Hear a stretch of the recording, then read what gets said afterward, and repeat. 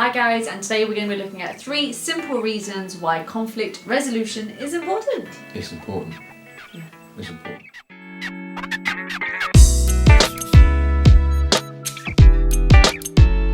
Hi, this is Faithful Marriage. I'm Deborah and this is Erin, and we look at relationships and marriage and all the things around that from a biblical Christian perspective, and we're going to be looking at scriptures to give you your reasons why conflict resolution is important. Yes, indeed.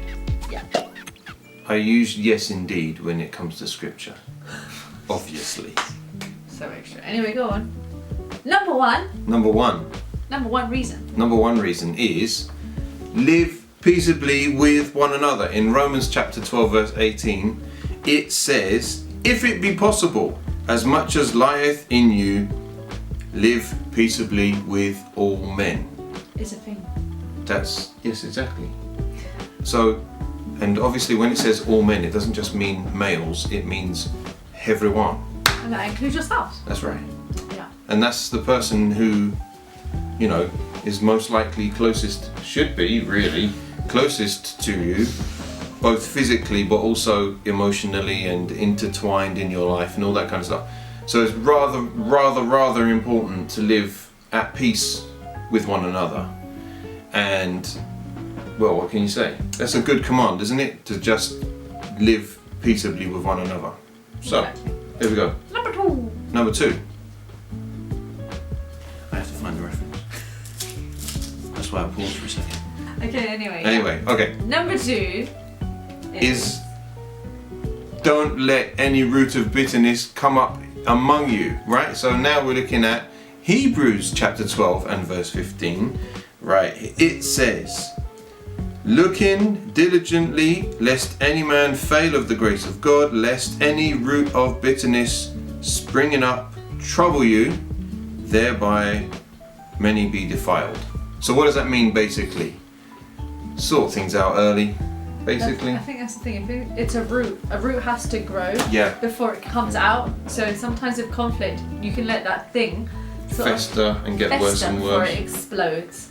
Which we've covered before. Yeah, like if you want to know what those videos are, there will be an end card at the end of this video. That's right.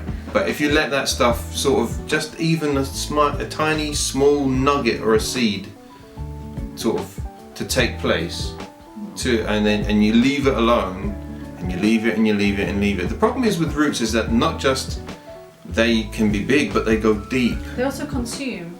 Yeah. Like roots take energy out from soil, and so bitterness will take energy from yourself. Exactly. So that root of bitterness, that problem that we could, if we had some kind of problem that we allowed to fester and get worse and worse and worse and worse, what happens? It's almost like it becomes a third person or a third thing in our marriage between us. Yeah. Because I could have my energy, you can have your energy, but if we're not careful, then that root of bitterness is taking energy from both of us, and that's no good. So don't let any root of bitterness come up between you. So that relates to just don't let conflict carry on. Yeah. There are times that you have to disagree. And that goes into number 3, which is the reason why conflict resolution is important is because of edification. Yes. Which sounds a bit contradictory. However, one is not always right. You know? You're like, it's impossible for one person to be right all the time, no matter how much wives can think of that of themselves. It's not. Or husbands, for the record. But wives have that thing that, like, you see memes and it's like, my wife is always right, or she thinks she's always right. And sometimes women, we think wife, that we're happy always, life. Yeah, but sometimes we can think we're always right, and we're not if we're honest with ourselves. And that's not to say that the husbands are always right and that they can lord it over the girls and all that business. Exactly. So. And in the book of Proverbs, I'm gonna go New school. Yeah, new school. In the book of Proverbs, it says in chapter 27, iron sharpeneth iron, so a man sharpeneth the countenance of his friend. So if you're both like in the Lord, you're supposed to be able to knock the edges off and sharpen each other up. And if you don't ever correct things in the other person, when actually you're failing that other person. Yeah. Because you're supposed to edify each other. You know, like it says in the scripture, it says God chastens, God corrects who he loves. And we're supposed to have the love of God in us. And so if we're just leaving our spouse to do things that, or the person that we're with to do things that are not correct, morally speaking, then are you actually showing love to that person? So it's like when you guide a tree, you don't try and guide a tree that's grown and set in its ways. You guide a sapling, don't you, to bend it in the right way, so that this is where the conflict and the root thing joins up.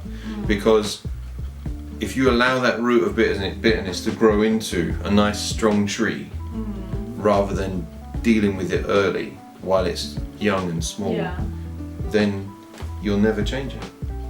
You know, unless you have to do something drastic, and nobody wants that. So, you know. No. So that's the three simple reasons why conflict resolution is pretty important in a relationship. So, next week, why could we be arguing in the first place? Why are you arguing in the first place? Let's knuckle down and get some reasons done, and then we can sort it out. So make sure you subscribe it so you don't miss it. Because you don't want to miss anything at all. Until next time, ladies and gentlemen, be safe, be seen, enjoy yourself, and subscribe. Bye.